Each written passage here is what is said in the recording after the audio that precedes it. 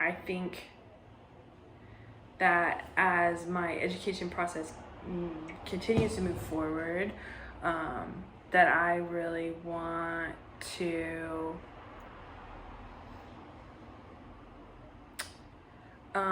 carry my academic work forward with an anti-colonial with the anti-colonial movement. So all of my prerequisites for this program have been about the human body and statistics, which is like a research math, and there has been some pretty basic sociology foundation, like what are societal impacts and influences on the person's human development, and cultural impacts and influence, and I've had to study physics and also psychology. And all of the majority of these classes prior to returning to Goddard have been at the Community College of Philadelphia, and it has been a very traditional banking style of education. The professor is kind of sharing and giving information and expecting that same information to be returned to them in their analysis of our processing knowledge. And it was, so several things were happening.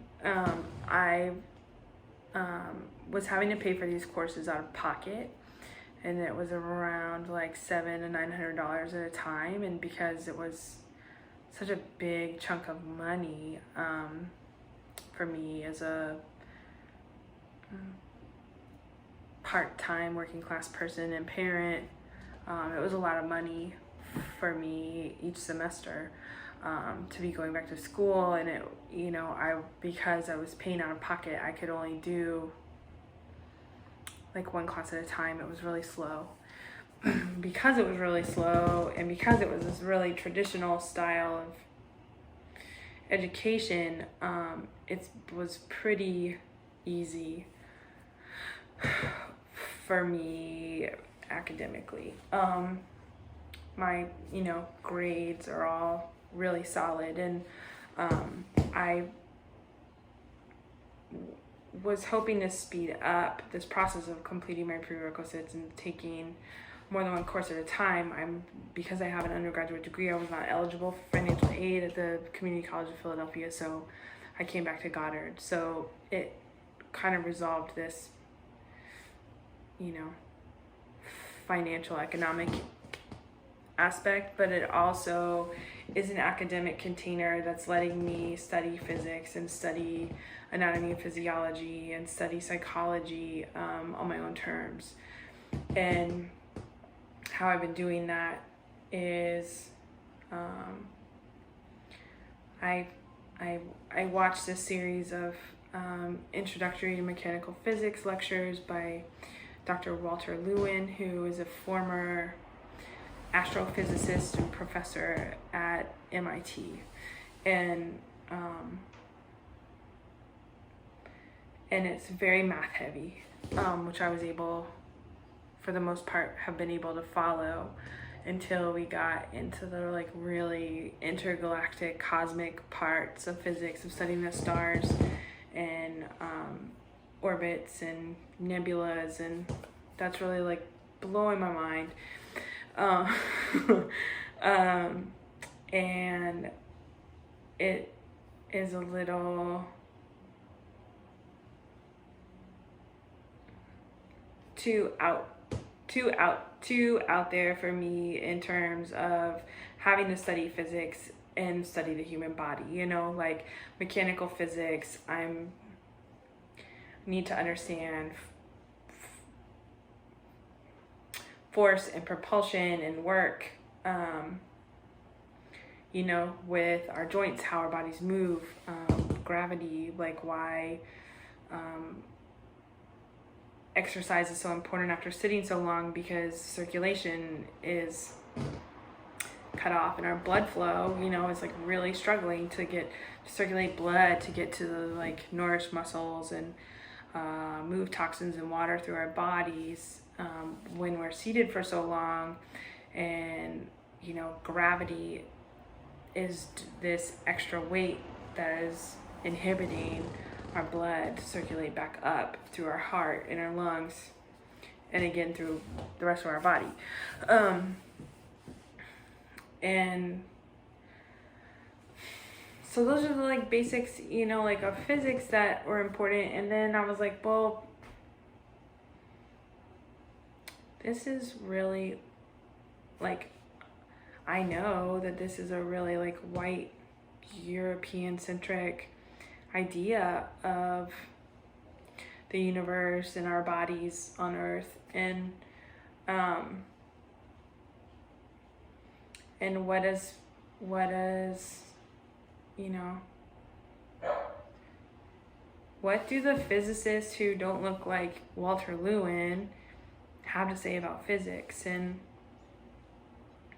what do they have to say about mechanical physics, and what does, you know, like geometry look like from non-European centric locations. And I think that this was really exciting for me. I got to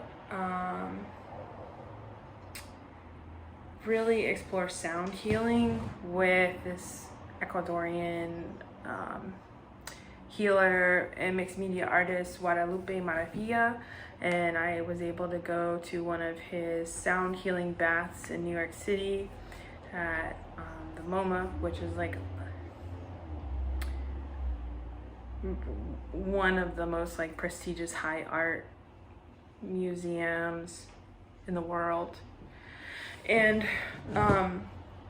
Maravillas, a lot of his work is rooted in indigenous technologies and also like indigenous medicine and the body. And he, with a small crew of, I think maybe 4 or 5 sound healers, used gongs and chimes and bells and other, you know, vibrating instruments, sound vibration instruments, and like just wandered all over in this like really beautiful choreography, and just made these like really incredible sound vibrations that were on these gongs, all these instruments, and each one is calibrated to a planet and like to the vibrations that are emitted from these planets. And it was a really incredible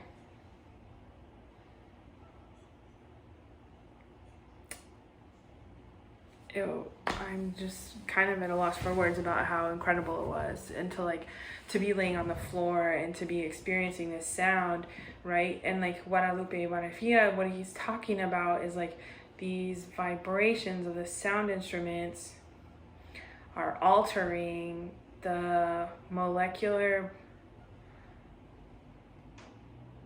structures of the water in our bodies. And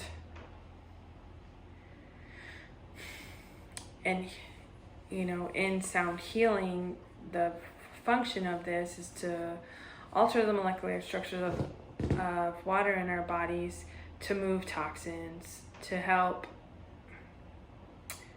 cleanse our blood, to help regenerate cells,